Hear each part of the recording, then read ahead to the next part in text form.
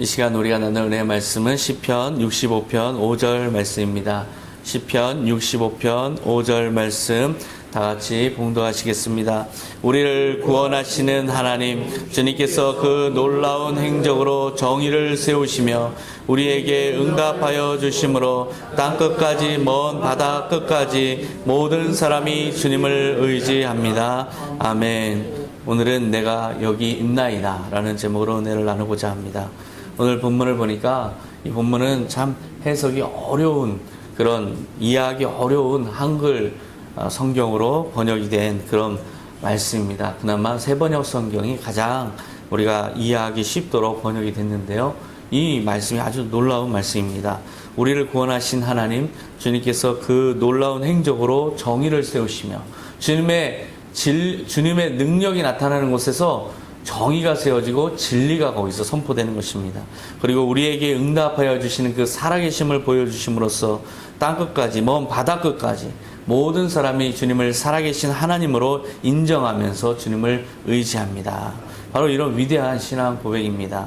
우리가 주님을 알 수 있는 것은 주님께서 우리를 불러주시기 때문에 우리가 주님을 알 수 있는 것입니다. 주님의 구원을 경험한 자만이 주님을 인식할 수 있고 주님을 만난 자만이 영원한 세계와 연결될 수 있는 것입니다. 우리가 주님을 알게 되고 주님을 믿는 것은 다 주님의 은혜라는 것이죠. 주님께서 우리에게 은혜의 빛을 비춰주실 때 우리는 주님을 알게 되고 믿게 되고 주님과 연결되어서 비로소 주님의 앞에 선 단독자가 되는 것인데, 바로 그렇게 주님께서 우리를 불러주실 때 우리가 하는 주님 앞에서의 우리의 응답은 무엇일까요? 바로 오늘 제목처럼 내가 여기 있나이다. 바로 이것이 우리가 주님 앞에 응답해야 될 그런 말입니다. 이 의미는 무엇일까? 이렇게 주님께서 나를 불러주시는 게 무슨 의미일까? 나를 불러주실 때 내가 여기 있나이다 한다는 것이 무슨 의미일까를 생각하게 해주는 아주 좋은 시가 있어서 제가 이 시간 여러분과 나누고자 합니다. 여러분도 너무나 잘 아는 시인데요. 저도 굉장히 좋아하는 시입니다. 김춘수 시인의 꽃이라는 시입니다.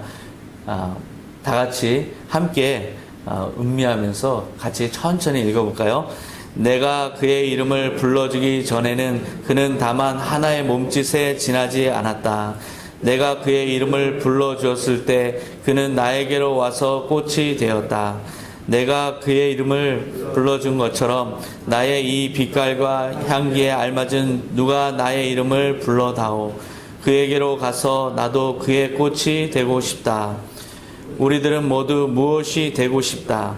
나는 너에게, 너는 나에게 잊혀지지 않는 하나의 눈짓이 되고 싶다. 이 시를 저는 읽으면서 주님께서 나를 불러주실 때 비로소 내 존재가 시작됐다는 것을 다시 한번 깊이 묵상하게 됐습니다. 주님이 나를 불러주시기 전에는 그냥 하나의 자연인에 불과했지만 주님께서 나의 이름을 불러주시고 부르심으로써 내가 그 부르심에 주님 내가 여기 있나이다 응답함으로써 비로소 영원한 하나님과 연결된 비로소 진정한 존재, 그리고 주님 앞에서 빛나는 존재가 되었구나. 바로 그 감격을 느끼게 해주는 바로 그런 시입니다. 비록 고등학교 때 우리가 시험 공부를 하면서 외웠던 시지만 그 시를 묵상하면서 우리는 그런 영적인 부분까지 그렇게 음미해 볼 수 있습니다. 바로 그렇게 하나님 앞에서 하나님의 부르심을 받아서 비로소 새로운 인간으로, 새로운 존재로 태어나는 경험을 했던 사람이 바로 모세입니다. 모세는 이집트에서 히브리 민족의 노예로 살던 히브리 민족의 그 노예의 아들로 태어났어요. 비록 노예의 아들이었지만 그렇게 사랑을 받고 자라났는데요. 그 당시에 히브리 사람들은 너무나 번성을 많이 하니까 이집트 사람들이 두려워해서 아주 그 혹독한 강제 노역을 시키고 그렇게 엄하게 다스리는 상황이었어요. 이 히브리 민족이 200만에 가까운 그런 거대한 민족이 되면서 도저히 이 이집트 사람들도 이들을 감당하기가 어려웠던 것이죠. 그래서 아주 엄격하게, 엄하게 다스렸는데요. 그럼에도 불구하고 사람들이 계속 이 번성을 하니까 왕이 급기야는 이 새로 태어나는 남자아이들은 다 죽여라. 그렇게 대량 학살을 명하는 그런 명령이 떨어집니다. 이 모세의 어머니도 이 명령을 듣고 나서 이 아이를 어떻게 하면 죽음에서 좀 피하게 할 수 있을까 해서 숨기고 키우다가 도저히 안 되는 거예요. 이제는 울고 소리가 나고 하니까 도저히 안 돼요. 그래서 나일강에 그 바구니에 담아서 강물에 띄었다는 거 여러분 잘 아십니다. 이집트 공주가 그 바구니를 발견하고 이 아기는 화려한 궁전에서 자라게 되죠. 그래서 어느 날 어른이 될 무렵쯤 되었을 때 자기가 히브리 노예의 후손, 그리고 자기가 히브리 혈통이라는 것을 이제 이 모세가 깨닫게 됩니다. 근데 그렇게 깨닫고 나니까, 내가 어느 혈통이라는 걸 깨닫고 나니까 히브리 이 노예들에 대한 애틋한 그 동족 의식이 생기는 거예요. 그렇게 그런 마음을 가지고 살아가던 그 어느 날 한 40쯤 되었을 때 이 모세는 뜻하지 않게 살인을 저질렀는데요. 출애굽기 2장 11절에 보면 어떤 애굽 사람이 한 히브리 사람 곧 자기 형제를 치는 것을 본지라 좌우를 살펴 사람이 없음을 보고 그 애굽 사람을 쳐 죽여 모래 속에 감추니라. 모세가 자기 히브리 민족이 그 이집트 사람한테 학대받는 걸 보니까 이 동족 의식이 굉장히 커진 거예요. 그래서 도와줘야겠다. 저 위기에 처한 사람을 어떻게든 도와줘야 되겠다는 그 연민과 동정의 마음이 워낙 컸던 나머지 결국 그 동족을 괴롭히는 이집트 사람을 쳐 죽인 것입니다. 그리고 모래 속에 감춰놨는데요. 모세는 아마도 이 고통받는 동족을 보면서 자기가 특혜를 누리며 살아온 자기 자신이 좀 부끄러운 마음도 있었을 거예요. 그리고 내가 뭔가 동족을 위해서 해야 되지 않을까, 빚진 자 의식도 있었을 것이고, 뭔가 해야 되지 않나라는 생각에 비록 살인을 저질렀어도 그렇게 죄책감이 크지 않았어요. 만약에 내가 동족을 살리는 길이라면 이런 것 정도는 그래도 해야 되지 않을까, 그런 생각을 가졌던 것이죠. 그런데 이렇게 자기가 히브리 민족의 혈통을 가진 사람으로서 그런 민족의식에 동해서 살인을 저지르고 했지만, 그런 자기의 그 마음이 아주 너무 순진한 그런 생각이었다는 거, 얼마나 자기가 순진했는가를 깨닫게 하는 한 사건으로 이어지는데요. 13절에 보면 다음날 그가 다시 나가보니 두 히브리 사람이 서로 싸우고 있었다. 그래서 그는 잘못한 사람에게 어째서 당신은 동족을 치시오 하고 꾸짖었다. 이제는 히브리 사람 둘이 싸우는 거예요. 그러니까 안타까운 마음에, 동족을 위하는 마음에 우리들끼리 왜 이렇게 싸웁니까? 얼마나 이 귀한 서로의 동족입니까? 싸우지들 마세요. 이렇게 자기는 안타까운 마음에 말린 것인데요.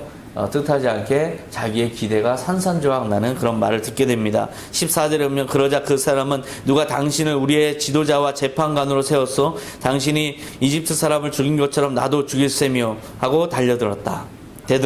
그때 모세는 두려워하며 내가 한 일이 탈로 났구나 하고 중얼거렸다. 자기가 저지른 일을 아무도 모를 거라 생각했는데 히브리 사람이 알고 있는 거예요. 근데 자기 민족이 알고 있으니까 자기를 덮어주리라 생각했는데 오히려 그것이 아니라 자기는 그냥 살인자로 전락해버리고 만 것이죠. 갑자기 모든 상황이 변해버렸어요. 모든 시선이 두렵게 느껴지는 거예요. 이제 이 사실이 왕궁에까지 알려지면 가뜩이나 자기 자신의 혈통에 대해서 의심하는 사람들이 많은데 꼼짝없이 위기에 빠질 것은 뻔한 일입니다. 공연히 민족의식에 도취되어서 완전히 말려든 자기 현실을 깨닫고 이 모세는 피신을 합니다. 광야로 도망가요. 광야로 도망가서 헤매다가 방황하다가 나그네로 전락해서 방황하다가 한 히브리 미디안 제사장 이드로의 집에 들어가서 거기서 장가들어서 이제 정착하게 돼요. 십보라라는 여인과 결혼해서 아이를 낳고 거기서 살아가는 그런 양치기 목동으로 이제 자기 신분이 바뀐 것이죠. 거기서 그는 그렇게 살아가게 된 거예요. 40년을. 그러니까 그냥 하루하루 일상을 사는 거죠. 20년 금방 가요. 근데 40년을 살면서 그는 그냥 아무 생각 없이 애 키우고 그냥 산 거예요. 결혼 생활하고. 근데 그 마음 가운데 민족의식이 과거처럼 그렇게 열렬하게 생겼을까요? 점점 희미해져 가는 거죠. 그렇게 80 노인이 되었어도 장인의 양을 치는 목동으로서, 그 광야에서 목동으로서 살아가던 그런 80세 노인의 삶을 한번 생각해 보세요. 장인의 양치기로 사는 그 인생의 방향이 전혀 없어요. 인생의 지향점이 아무것도 없어요. 80세 노인이 뭘 하겠어요? 그리고 지금 자기에겐 아무것도 없어요. 다 장인의 옷이고 자기에겐 그저 지팡이 하나밖에 없어요.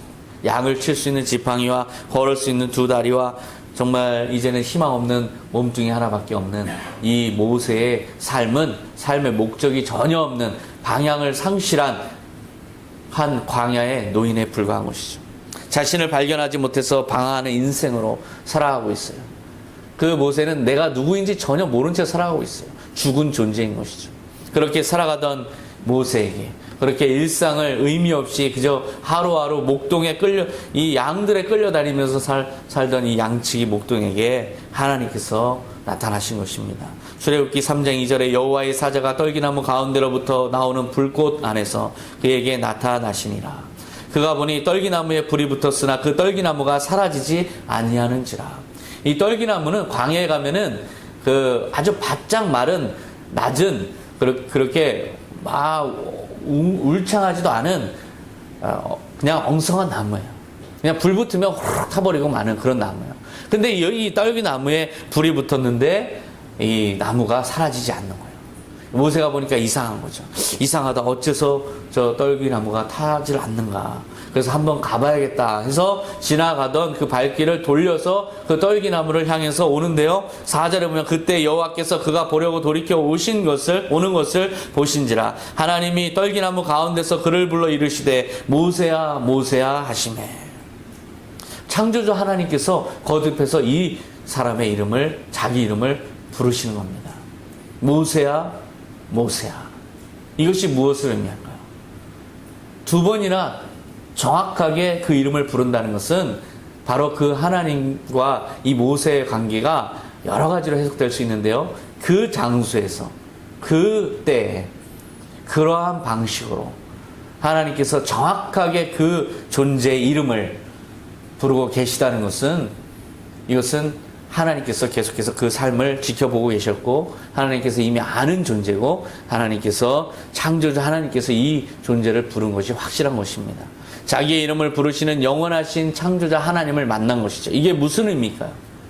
우리가 누군가가 우리를 부르면 어떤 의미가 있어요? 사람이 나를 불러줘도 누군가가 유력한 사람이 나를 불러줘도 어때요? 거기서 같이 일하면서 동고동락하면서 함께 거처도 할 수 있고 그러면서 한동안 인생을 살아가는 거죠. 지금 이 모세가 자기는 이드로가 자기를 불렀을 때 광야에서 방황하지 않고 그 집에 거처를 함께 하면서 살았던 것처럼 그렇게 위로하면서 살아가는 공동체가 만들어지는 것입니다. 사람이 불러도 그런 공동체가 만들어지는 것이죠. 하지만 그렇다 하더라도 여전히 이 모세는 광활한 광야의 한 양치기일 뿐이에요. 희망 없는 노인일 뿐이죠. 만약에 이 모세가 이 80 노인이 광야에서 양을 치다가 쓰러졌어요. 네? 갑자기 심근경색이 와서 쓰러졌어요. 아무도 모르는 거예요. 그냥 그 자리에서 이 사람은 그냥 죽는 거예요.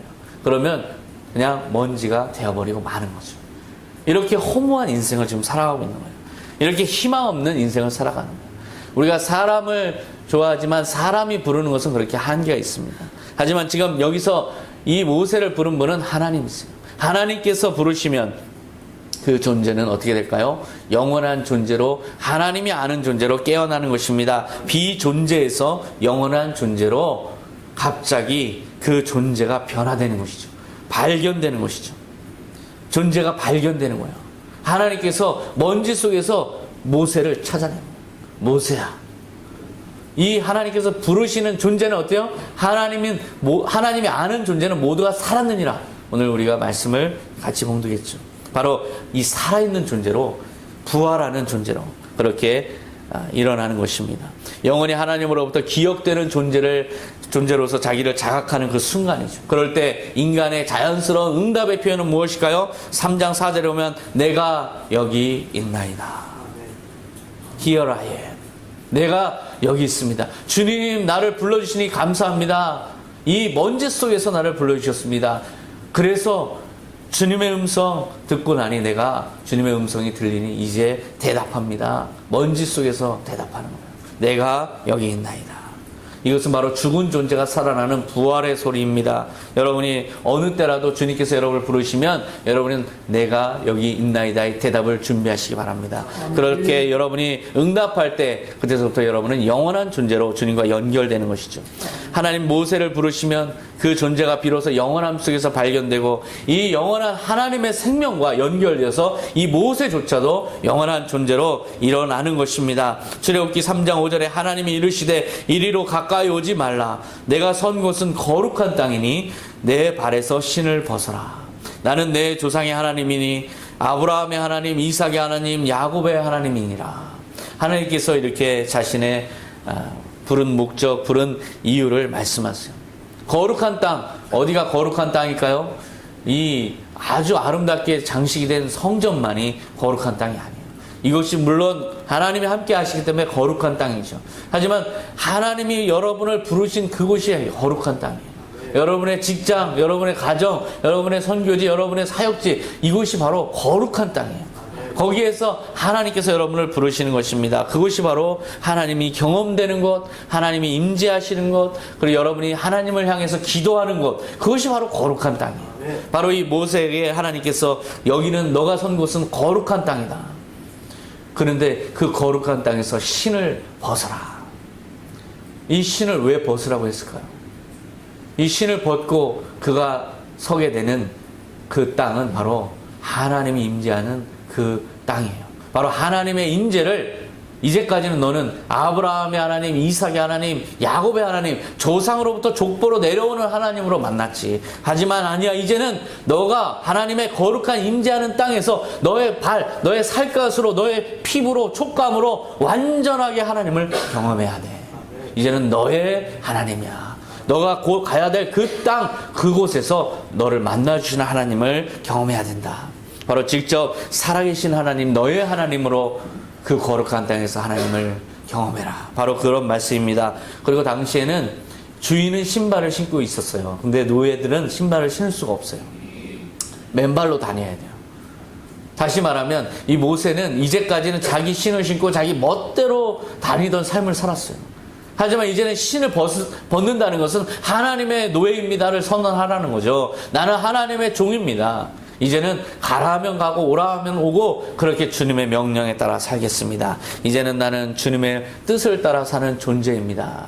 그것을 고백하고 이제 주님이 가라는 곳으로 가고 하라는 일을 하라. 바로 사명자로 부르시는 그런 부름의 메시지입니다. 나아가야 될 그 삶의 방향을 지정하시는데요. 9절에 보면 이제 가라. 이스라엘 자손의 부르짖음이 내게 달하고 애굽 사람이 그들을 괴롭히는 학대도 내가 보았으니 이제 내가 너를 바로에게 보내어 너에게 내 백성 이스라엘 자손을 애굽에서 인도하여 내게 하리라.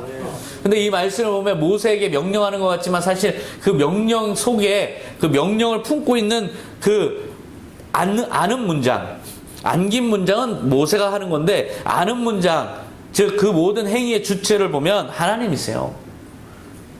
이제 가라. 그러면 모세가 가야 되지만 이 모든 일들을 내게 인도하여 내게 하리라. 누가 하겠다는 겁니까? 하나님이 하시겠다는 거예요. 하나님이 이 부르심의 주체고 파송의 주체고 하나님이 이 모든 일들을 계획하신 분이시다. 하나님이 주체라는 것을 명확하게 밝히고 계십니다. 모세의 지팡이를 통해서, 모세의 몸을 통해서, 모세의 입을 통해서 일하지만 하나님께서 이 모든 일들을 행하신다라는 걸 지금 말씀하고 계십니다. 죽음을 향해 걸어가던 의미 없는 존재가 이제 하나님을 만난 인생이 되었고 하나님을 향한 인생이 되었고 그리고 이제 보장된 하나님과 함께하는 사명의 길을 부여받은 것입니다. 하나님께서 부르신다는 건 바로 그런 의미입니다. 하나님께서 부르시면 그 부르심의 음성을 듣고 비로소 우리가 존재가 깨어나는 것입니다. 영원한 존재로 일어서고 그러면 주님께서는 우리를 보내시는 거죠. 우리가 서야 될 거룩한 땅으로 부름의 땅으로 거기로 보내시는 것입니다. 거기서 새로운 방향을 제시하시는데요. 그때 우리의 응답은 어때야 될까요? 주님, 내가 여기 있나이다. 부르심의 목적은 우리를 의롭게 하시고 우리를 영화롭게 하시고 우리에게 상급을 주시기 위해서 주님께서 부르시는 거예요. 이게 바로 청지기 사명이죠. 청지기 사명은 그냥 명령만 내려지는 것이 아니라 그 모든 행한 일에 대한 상급도 약속받는 바로 보장된 사명의 길입니다. 욕망의 노예 죄의 종이었던 한 인간이 영원한 전능자 하나님의 종으로 부름받는다는 것, 이것이 얼마나 위대한 직분입니까? 우리도 하나님을, 예수님을 만나기 전에 우리는 그냥 소멸되는 하나의 자연인에 불과했어요. 우리는 어디에서 살다가 어디서부터 와서 무엇을 하며 왜 살며 어디로 가는지 전혀 알지 못하는 그런 존재, 우리가 가는 길을 우리가 알지 못하는 그런 자연인에 불과했지만, 이제 예수님을 만난 우리의 삶은 영원한 존재로 바뀌는 것입니다. 비로소 그때 내가 영원한 하나님의 아심받은 존재로 내 자신이 발견되고 하나님의 눈에 발견되는 거예요. 먼지 속에서 우리의 이름을 부르시는 거죠. 우리가 어떠한 존재이든 간에 하나님께서는 우리의 기존의 살인자였든 잘못을 한 사람이었든 개의치 않습니다. 우리가 이 땅에 지금 이 자리에 오기까지의 우리의 삶의 과거의 모든 행적들은 주님께서 용서하시고 이제 이곳에서 주님을 만나길 원하시는 것입니다. 여러분을 예수의 보혈로 완전하게 씻어주신 주님께서 지금 이 자리에 부르셨어요. 그러면 주님께서 여러분을 영존케 하시기 위해서, 그리고 하나님의 일을 하는 자로 세우기 위해서 지금 여러분을 부르시는 것입니다. 바로 선한 청지기로 여러분을 부르시는 거죠. 그때 우리가 대답해야 될 건 다름 아니라, 주님, 제가 여기 있습니다. 주님, 제가 무엇을 주님을 위해서 해야 될까요? 바로 이것이 여러분의 대답이어야 하는 것입니다. 사명의 길을 받아들인 자의 응답의 소리, 그것은 바로 주님, 내가 여기 있나이다. 바로 그 고백입니다. 저는 그래서 에스더라는 인물에 주목하고자 합니다. 바로 에스더가 그런 위기 가운데 주님의 부르심을 받았을 때, 주님, 내가 여기 있습니다. 주님의 부르심에 죽기까지 순종하겠습니다 했던 그런 위대한 신앙 인물입니다. 메디아 페르시아 제국 기원전 435년경인데요. 지난 시간에 우리가 봤던 바벨론, 제국 바벨론을 멸망시킨 신흥 강대국이 바로 이 페르시아 제국이었습니다. 인도에서부터 에디오피아까지 127도를 다스리는 이 거대한 제국의 황제가 바로 아수에로 황제입니다. 그 황제 밑에서 그 페르시아 제국의 총리를 맡은 자가 하만이라는 자가 있는데요. 이 하만이라는 사람은 유대 민족을 아주 적개시했어요. 그래서 이 반유대주의의 마음, 그것이 이제 격동해서 유대 민족을 다 몰살시키겠다, 인종 청소의 계획을 세웁니다. 에스더 3장 13절에 보면 하루 동안에 모든 유다인을, 젊은이, 늙은이, 어린이, 여인들을 막론하고 죽이고 도륙하고 진멸하고 또 그 재산을 탈취하라. 완전히 인종 청소를 명령한 거예요. 하만이 황제를 설득해서 이런 명령을 내린 거죠. 이런 명령이 전 127도에 내려진 거예요. 모든 파발들이 가서 이 소식을 전했어요. 그러니까 이제 유대인들이 어떨까요? 전국의 유대인들이 이제 완전히 두려움 가운데 사로잡혀 있는 거죠. 이러한 위기 가운데 다행히 왕의 사랑을 독차지한 왕후가 있었는데, 바로 그 여인이 에스더입니다. 이 에스더는 유대인이죠. 그리고 이 에스더의 오빠인 모르드게는 이 상황 속에서 지금 자기 동생인 에스더 왕후에게 부탁을 합니다. 민족이 몰살당할 이 절체절명의 위기 가운데 너가 이제는 좀 나서야 될 때가 되지 않았느냐. 4장 14절에 내가 왕후의 자리를 얻은 것이 이때를 위함이 아닌지 누가 알겠느냐. 바로 너가 그렇게 왕후가 된 것은 하나님께서 이때 이 민족을 구원하게 하기 위해서 미리 만세전부터 예비하시고 그렇게 준비하셔서 너를 그렇게 앉으신 것이다. 이제 하나님의 명령을 너가 받을 때가 되었다. 이 민족을 위해서 너가 나설 때가 되었다. 그런데 이게 왕후라고 다 되는 게 아니에요. 왕후라고 그냥 왕한테 가서 이거 철회해 주세요 이렇게 말을 못해요. 벌써 왕을 안 뵌 지가 30일이 지났고 왕을 못 빼면 볼 수가 없어요. 왕이 부르지 않는 한은. 왕이 부르지도 않았는데 나가면 목 잘리는 겁니다. 그냥 죽임을 당하게 돼 있어요. 따라서 오빠에게 함께 이 모든 일에 기도하자고 응답하는데요. 15절에 보면 당신은 가서 수산에 있는 유다인을 다 모으고 나를 위하여 금식하되 밤낮 3일을 먹지도 말고 마시지도 마소서. 나도 나의 시녀와 더불어 이렇게 금식한 후에 규례를 어기고 왕에게 나아가리니 죽으면 죽으리이다. 내가 죽는 것이 무엇이 중요합니까? 이스라엘 민족을 위해서, 이 유대인 민족을 위해서 내가 할 수 있는 것이라면, 하나님의 명령이라면 그 뜻을 받들어서 일단 금식을 하고 기도로 무장을 하고 영적 전쟁에서 승리하고 그리고 나서 내가 죽으면 죽으리라의 믿음으로 나아가겠습니다. 이것이 바로 영존의 믿음이에요. 사실상 죽이실 것을 믿고 간 것이 아니고 하나님의 살아계심을 알고 하나님께서 일하실 것을 알고 그 일하심의 기대를 가지고 그 믿음을 가지고 이 고백을 한 것이죠. 바로 이것이 영존의 믿음입니다. 영존의 믿음은 다름 아니라 죽으면 죽으리이다의 믿음입니다. 바로 이 믿음을 가지고 에스더는 이 모든 일을 준비합니다. 기도를 하고 났는데 지혜를 하나님께서 주셨어요. 그래서 지혜를 발휘해서 왕에게 나아갔어요. 먼저 왕이 멀리 볼 수 있는 곳에서 아주 아름답게 단장한 후에 우연히 그곳을 지나는 것처럼 지나면서 왕의 주목을 끌었어요. 왕이 이 왕후를 불렀어요. 그랬더니 왕후가 나아가서 잔치를 제가 베풀 테니 왕이여 오셔서 자리를 빛내주십시오.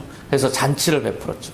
그랬더니 이 왕이 너무나 황홀한 이 마음으로 이 왕후에게 에스더에게 말하는 겁니다. 무엇이든 원하는 게 있으면 말해봐라.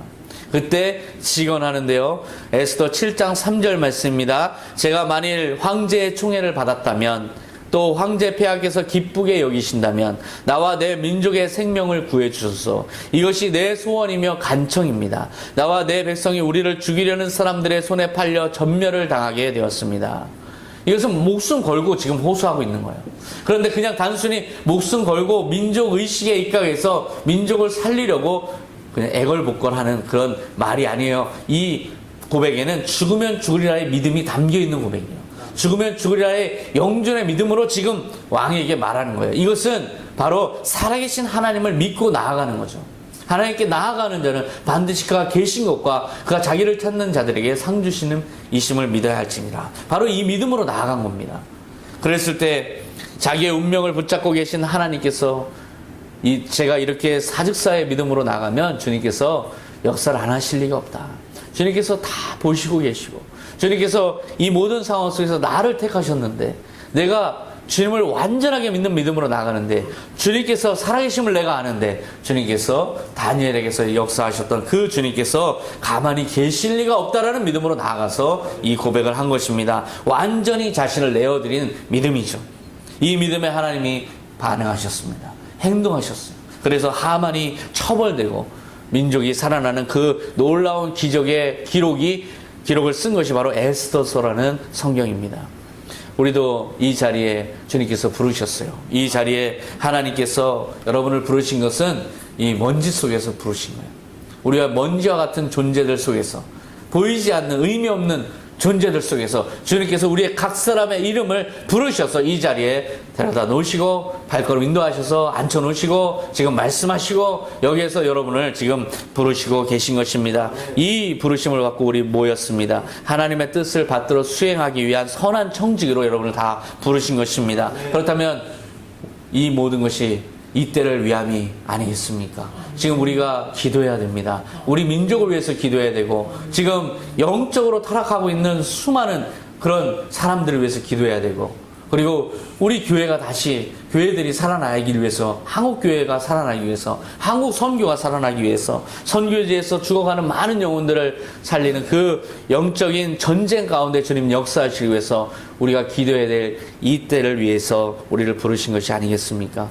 주님 앞에서 우리의 바람직한 태도가 무엇일까요? 주님이 부르셨을 때 우리가 나아가면서 행해야 될 우리의 고백은 죽으면 죽으리라 라는 우리의 믿음의 고백입니다. 주님 내가 여기 있습니다 라는 고백은 죽으면 죽으리라는 믿음으로 고백하는 거예요.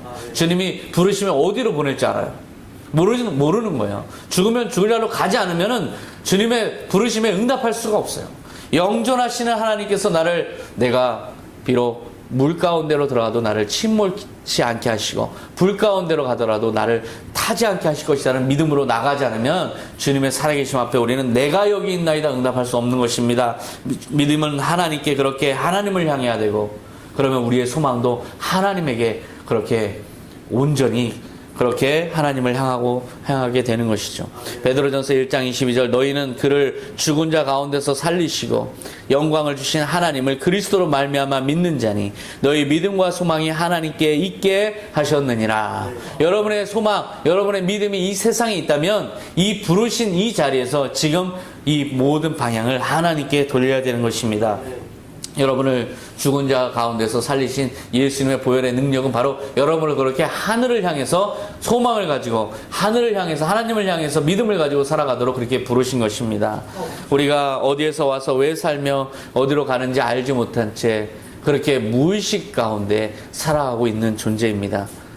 하지만 주님께서 지금 부르실 때 비로소 우리가 이 선 곳이 거룩한 곳임을 우리가 깨닫는 것이죠. 주님, 내 가정의 부르심을 감사합니다. 내 직장의 부르심을 감사합니다. 이곳은 비전이 없습니다. 주님, 그러나 저는 최선을 다해서 주님 부르신 곳에서 죽으면 죽으리라 충성을 다하겠습니다. 그럴 때 이 작은 것으로 맡기신 주님 앞에 주님으로부터 인정받으면 저는 주님으로부터 많은 것을 또한 직분을 받는, 그래서 주님께 더 많은 것으로 영광 돌릴 수 있는 선한 청지가 될 것입니다. 고백하는 여러분 되시기 바랍니다. 이것이 바로 내가 여기 있나이다 고백하는 신앙입니다. 그것은 바로 나를 보내소서, 주님 나를 보내소서, 내가 죽으면 죽으리다, 바로 그 마음으로 나아가는 것이고, 그렇게 여러분이 여러분 삶에서 말로 고백하고 또한 여러분의 삶으로 충성된 청지기로 고백하면 주님께서 거기에서 거룩한 곳을 만드시고 주님 역사하시는 곳을 만드시고 거기서 여러분이 주님의 살아계신 기적을 체험할 것입니다. 바로 살아계신 주님을 만나는 그 고백, 그렇게 하기 위한 우리의 고백, 그것은 바로 내가 여기 있나이다 고백하는 여러분의 입술의 고백입니다. 이 시간 그 고백을 각자 하면서 이 한 주를 선한 청지로 보내신 여러분 되시기 바랍니다. 기도하겠습니다. 하나님 아버지 감사합니다. 우리는 너무나 부족해서 연약해서 지금 우리 존재가 어디서부터 와서 왜 살며 어디로 가는지 전혀 알지 못한 채 주님 그냥 무의식적으로 살아가고 있습니다. 주님 10년이 지났으나 무엇을 했는지 알 바 없고 주님 앞으로 10년이 어떻게 될지도 알 수 없는 주님 눈이 어두운 사람들입니다. 주님 그저 주님께서 불러주셨기 때문에 주님 하나님의 나라에까지 연결된 내 존재임을 이제 깨닫기 때문에 주님 이제 주님을 향해서 내 눈을 듭니다. 주님 주님을 향해서 내 믿음을 품고 주님을 향해서 내 소망을 품고 이제 주님께서 부르신 그 부르심에 내가 여기 있나이다 응답하면서 죽으면 죽으리라는 마음으로 오직 하나님 영생하신 하나님을 믿고 나아갑니다. 지금 우리의 삶이 선한 청지로 다 변화되게 하여 주시옵소서. 감사드리며 예수님의 이름으로 기도하옵나이다. 아멘.